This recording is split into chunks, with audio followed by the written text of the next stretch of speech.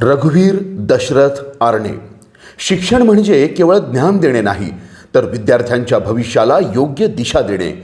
विद्यार्थ्यांच्या गुणवत्ता वाढीसाठी सदैव नवनवीन उपक्रम राबवणारे, विद्यार्थीप्रिय आणि उपक्रमशील शिक्षक म्हणून आपली वेगळी ओळख निर्माण करणारे, राज्यस्तरीय शिक्षक प्रशिक्षणामध्ये प्रभावी प्रशिक्षक म्हणून योगदान देणारे आणि शैक्षणिक तसंच सामाजिक उपक्रमांमध्ये सातत्यानं सक्रिय राहणारे रघुवीर दशरथ आरणे.